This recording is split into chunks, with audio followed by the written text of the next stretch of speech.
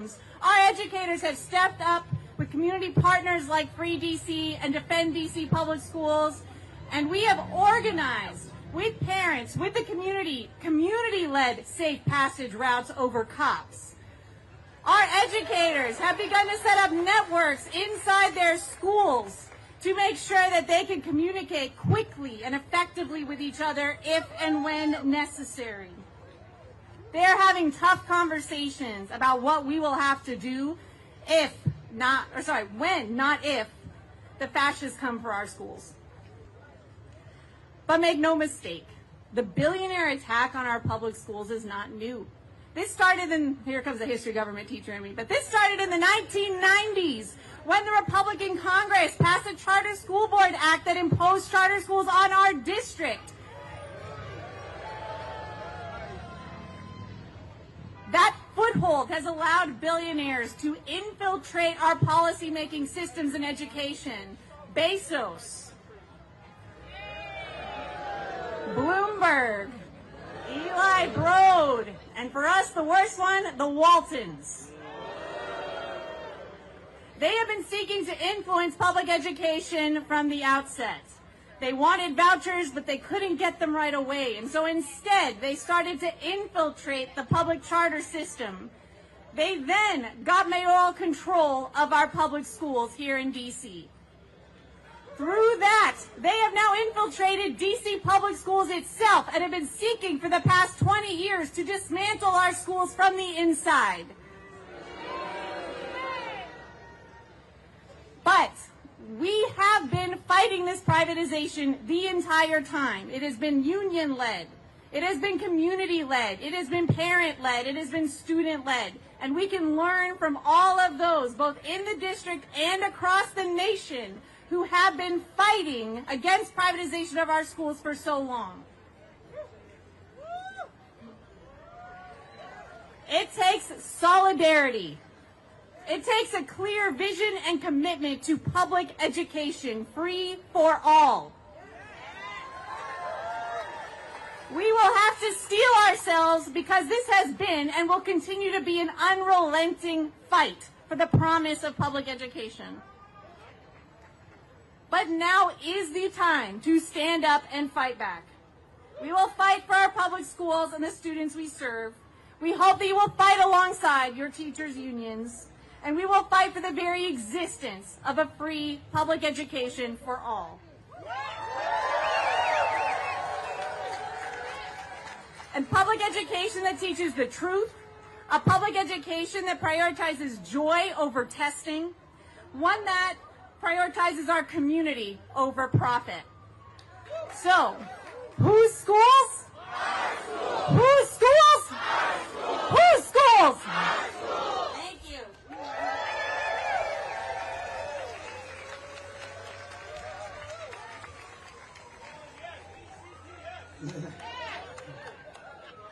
Thank you, Laura. That's true at our DC public schools. It's true for our colleges and university students. Now we'll hear from Dr. Soy, Vice President of Higher Education, SEIU Local 500.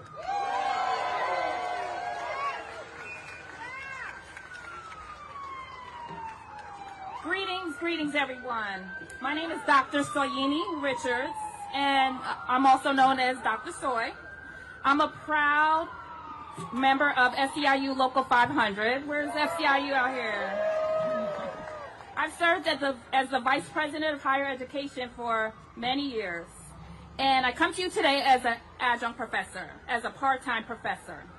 Also a scholar, and someone who has devoted their entire adult life for transforming the power of education. We've heard from marvelous speakers today about many important topics. But let me be crystal clear why we are here. Because we believe the dignity of workers, the strength of communities, and the unshakable promise of education is at risk. Workers' rights, immigrant communities, public education, and the very idea of equal opportunity are not just ideals. They are a foundation for our future. I look at the crowd today and I see America. I see what America looks like. And as a professor, I've seen firsthand the struggles our students face. Many have very high, heavy student loan debt. Many juggle multiple jobs. They come into the classroom with fear that they may not be able to come back. Yet every day, they still show up with determination, with resilience, and with hope. And I believe with all my heart that the education should never be reserved for a few, but it must be for all. Every family, every student, and every worker in America has a right to get an education. My friends, we cannot afford to remain spectators. Change does not happen on the sidelines. It happens when people like us stand together. So let's speak up and let's act. We know the power of an educated public. We know the power of critical thinkers. We know the power of collective action. And we will not stand silently while the dream of higher education becomes out of reach for the working families.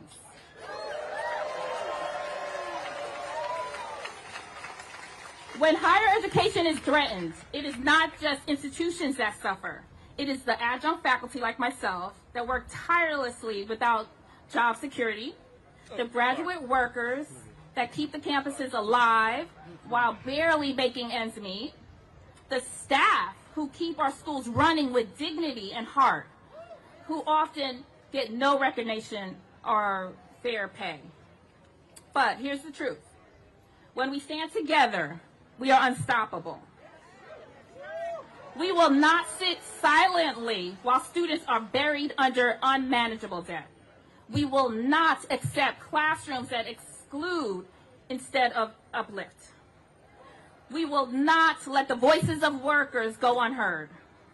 We say it loud and we say it clear. Education is a public right. Education is the path to freedom, justice, and equality. And no one can take that from us. So today, let our voices be fully heard that funding of public higher education is a necessity. Let's demand student debt relief. Let's stand for the immigrant rights. Let's unite for dignity, respect, and justice for every worker. Because we, the members of the Service Employees International Union, that's SEIU, I'm louder than them, I'm louder.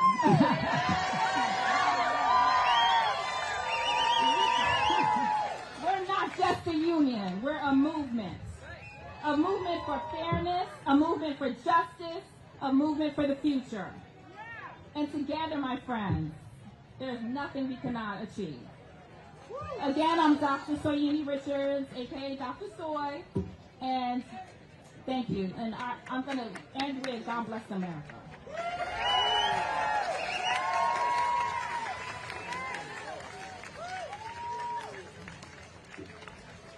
Thank you, Dr. Richards.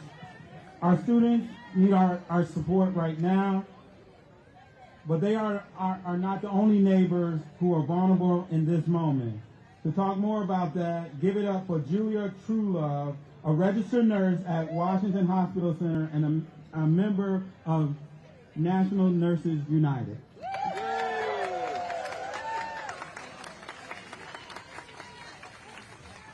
Good afternoon, everybody.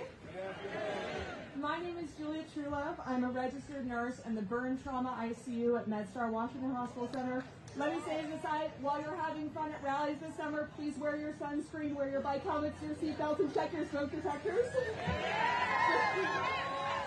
I represent 2,200 DC nurses as Chief Shop Steward for National Nurses United, the nation's largest and fastest growing union and professional association of registered nurses, representing 225,000 members nationwide. Thank you. I'm a proud resident of the District of Columbia, but today I'm here because nurses are deeply concerned about the state of our country and our community. The President's actions toward the district put lives at risk, weaken our democracy, and make people afraid. NMU believes that President Trump's order to forcibly remove, jail, or involuntarily commit unhoused people from D.C. streets is not only a violation of their civil and human rights, but will damage the city's healthcare infrastructure by flooding hospitals with a surge of patients who don't need to be there.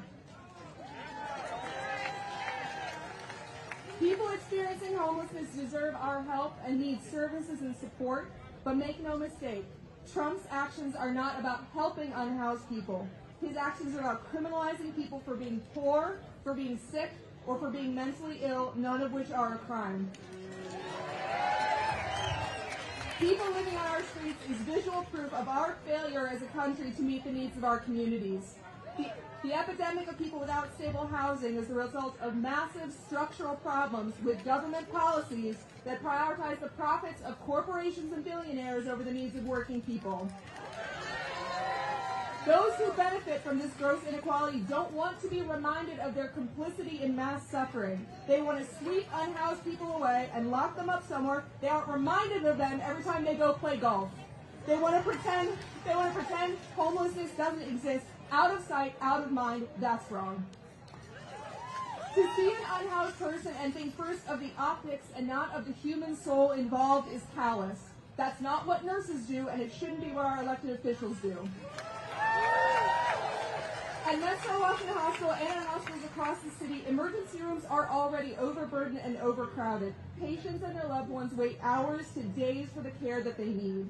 As soon as Trump announced the targeting of homelessness encampments, the D.C. Attorney General warned area hospitals to prepare for a surge of involuntary hospitalization due to law enforcement activities. The emergency department doesn't close its doors, but nurses expect ED wait times to dramatically lengthen. When a patient's admitted to the hospital and is ready to be discharged because their medical needs are met, we need to make sure the patient has a safe place to go. If hospital beds are full of people who are involuntarily hospitalized and don't have somewhere to be safely discharged to because of the lack of shelters and safe, stable housing, patients will stay in the hospital unnecessarily, blocking people who need to come in from the emergency department in the community, who need medical care. Housing advocates in D.C. report there are only about 40 shelter beds on a given night for the more than 900 people who live outside, essentially giving unhoused people no option besides risking being jailed or institutionalized. And the city already suffers a lack of inpatient psych beds for people who truly do need that specialized care. Delivering patients to our doors who don't need to be there stresses an already stressed system. The overburdened nurses work with limited resources and time already, and more patients at the doors means less time for the care our patients deserve. With Trump's new policy, patients throughout the hospital will suffer. Nurses believe this order is an unlawful and immoral use of National Guard troops, federal law enforcement, and MPD. Critics say Trump's actions are reminiscent of Nazi Germany's roundup and incarceration of people it deemed undesirable. Nurses condemn this callous mistreatment of people who need our help and healing. We call for passage of programs including Medicare for all to guarantee health care for all people, and policies that provide decent housing, living wages, education, and safe environments for all. To all D.C. residents, I want to say from nurses that nurses are here to care and advocate for you regardless of your housing status, your immigration status, or anything else that makes you who you are. We are here to meet you where you are and to care for you and your loved ones. Nurses are proud to stand with you today in opposition to these dangerous measures and for a better future for the district. Thank you so much.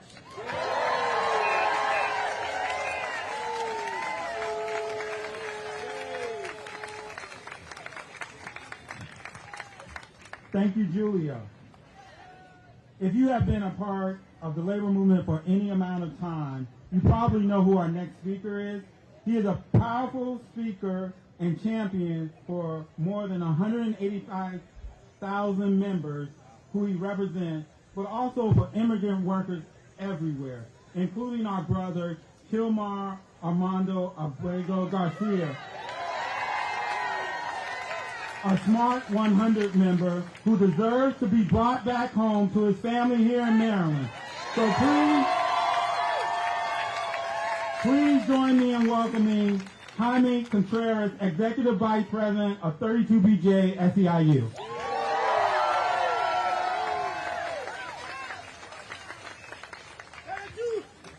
Be good. I'm proud to say I was there Monday with Kilmer and his family. What a day. Thanks again, Sam, and thank you all for being here. Again, I'm Jaime Contreras. I'm an Executive Vice President for AFL-CIO 32. Okay, just checking. I'm also a proud veteran of the United States Navy. But I'm also an angry veteran because I'm someone who was brought here as a child in 1988 during the bloody Civil War in El Salvador, undocumented. More than 40 years ago, I became a citizen and I served. I want to ask you, who does Trump serve? Himself and his billionaire friends. Our union represents, as Sam said, 185,000 members throughout the East Coast, including 22,000 members in the DMV, Richmond, and Baltimore. Now, our members are overwhelmingly Black and immigrant workers who clean and protect our commercial office buildings that you see around you, city and federal buildings, airports, and higher education facilities. Now, I know, I don't need to tell you this because I know you know this. I don't know if Trump and his cronies know this, but immigrant workers are vital to all sectors of our economy.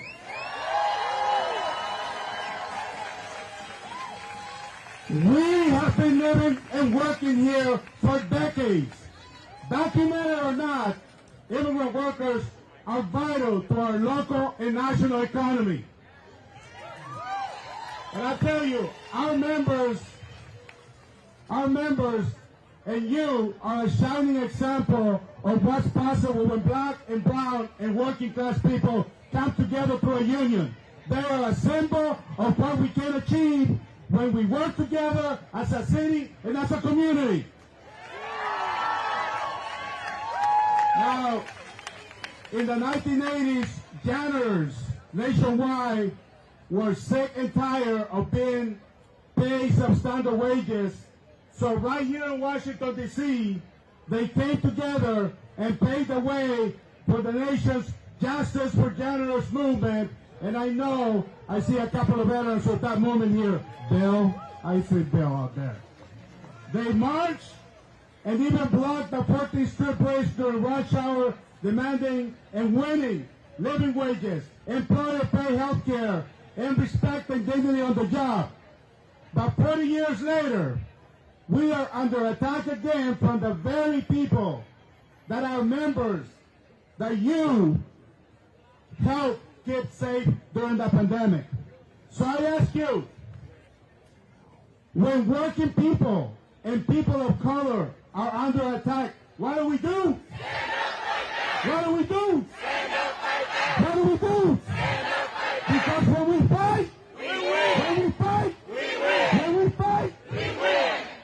Sisters and brothers, there is power in numbers, and there's more of us than there is of them. Someone earlier challenged you. At the next march, commit to bringing at least 2 other people with you, and let's take the streets of Washington and let's show them whose streets this are. Whose streets? Our streets. Whose streets? Our streets. Whose streets? Our streets. When we fight, we win. When we fight, we win. Thank you.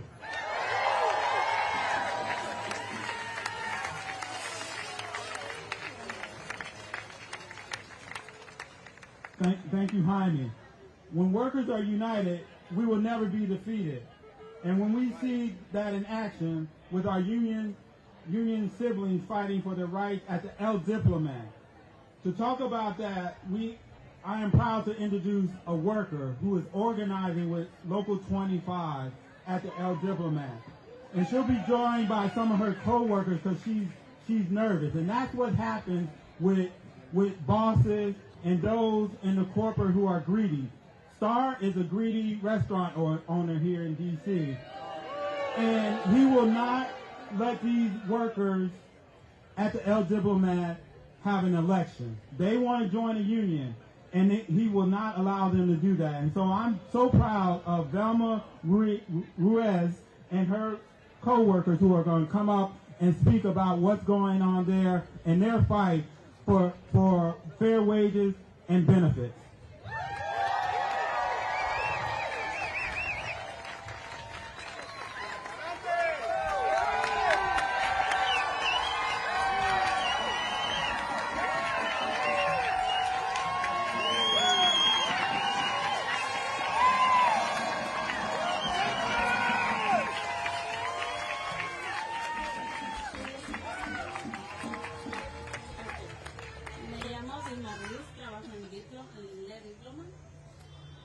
Hello, my name is Vilma Ruiz and I work at La Diplomat. Llevo 4 años trabajando en la cocina del Diploma. I've been working at La Diplomat for 4 years in the kitchen. A principios de año, mis compañeros y yo anunciamos luchamos por un sindicato. Earlier this year, my coworkers and I announced that we're fighting for a union. Luchamos por respeto. En varias ocasiones me he sentido irrespetada en el trabajo. We're fighting for respect. On several occasions, I felt disrespected at work. Un chef me tocó fuerte en el hombro. No está bien.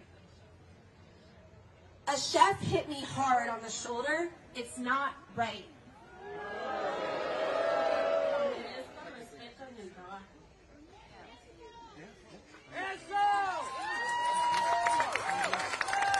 I deserve respect at work.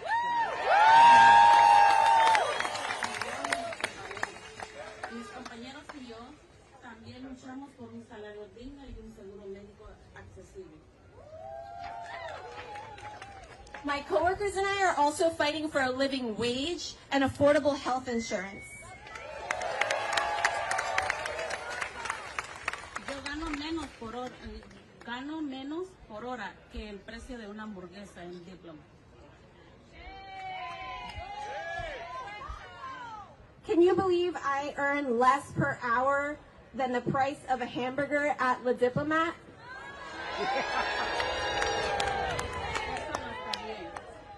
That's not good. Lucho por un futuro mejor. Estoy embarazada y lucho por mi bebé. I'm fighting for a better future. I'm pregnant. I'm fighting for my baby. Cuando luchamos, ganamos. When we fight, we win.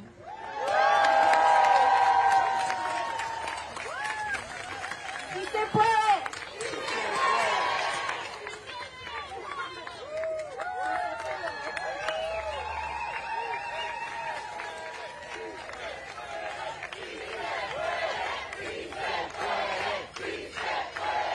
Sí se puede, sí se puede, sí se puede, sí se puede, sí se puede, sí se puede, sí se puede.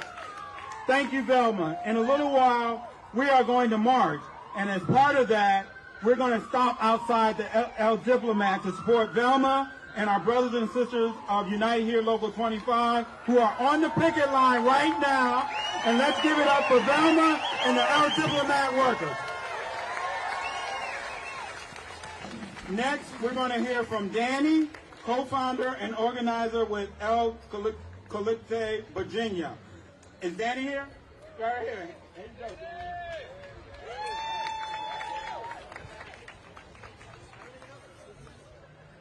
What's up, everyone? How you doing? All right, my name is Danny, and I'm here with La Colectiva. Any folks from Virginia here? Got a little bit, but we know we're here in D.C., right? And I came from Virginia because this is important for us too, right? Because we know solidarity is a lifeline. We know that without solidarity, people don't eat. Without solidarity, we don't have school for our kids. That we don't have jobs that actually give us living wages, and that we won't win, right? We live in a current circumstance where we are not getting what we deserve. But that's been the case for a long time. And that's the truth. That's what we got to deal with, right? That the shit we're dealing with right now is not a surprise. That's the unfortunate reality of this colonial settler project, right? It's the reality of capitalism. It's the reality of racism. And I can tell you through my organizing work in Virginia We have been taking on corporations for years. We've been taking on the collusion between the public officials, the government officials, and the way that they have sold out our communities for years with corporations like Amazon. For years, over the past 2 decades, the Latinx population in Arlington County has been being pushed out in numbers that don't compare to other counties across the whole country. That's because it became a county where many of our families used to come and to try to build families, to try to build communities, to a place where they used to now arrive and are pushed out within a few years. That's due to increased cost of rent, that's due to increased cost of food, and it's also to the lack of support by public officials. In 2019 or so, we started hearing about Amazon opening up a second headquarters. They had a first one in Seattle. We know the destruction that they have caused in Seattle, the mass gentrification and displacement of communities there, the violence and policing that they have brought to that community as well. And we knew we had to stay on guard here. Unfortunately, our politicians caved to the pressure of corporations like Amazon.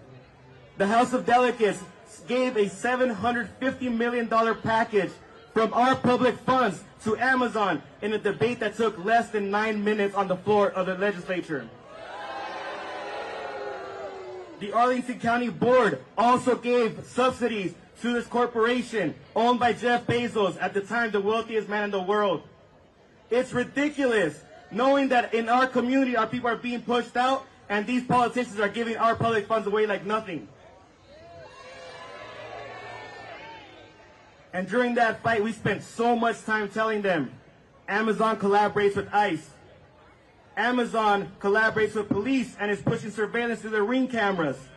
Amazon busts unions and won't recognize organize who are unionizing. Amazon is harmful to our communities. We shouldn't be supporting them in the local level, whether it's their data centers, whether it's their HQ2, any of them at all, any level of Amazon we should stop supporting. And that responsibility needs to be on the elected officials too. So again, that's why we're here.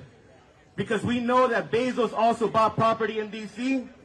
We know that his influence is also what got this dude elected into the White House. We know that the tech billionaires, the tech oligarchy is a threat to all of us. And we need to organize and defeat them and defeat fascists and defeat the big tech oligarchy that is harming us, surveilling us, tracking us, policing us, deporting us, and fueling this fascism.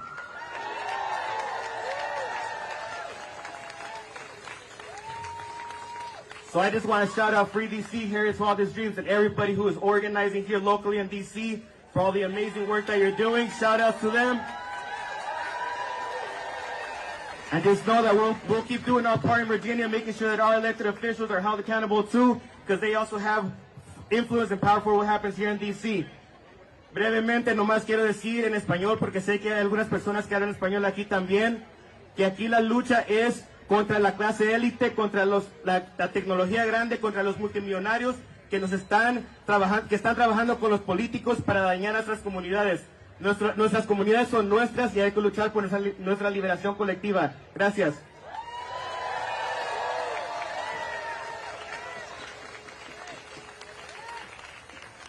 Thank you, Danny.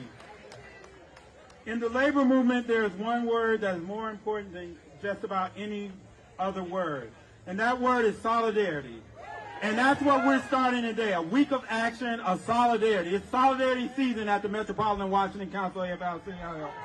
And it'll run all through next week with a bunch of action. So you can go to dclabor.org for all of our actions today and going through the week. And what we've heard today from federal workers, from teachers, from nurses, restaurant workers, our immigrant neighbors, and allies, we know that solidarity is with each one of us. That is what makes us strong. And we will continue to fight, labor will continue to fight for freedom.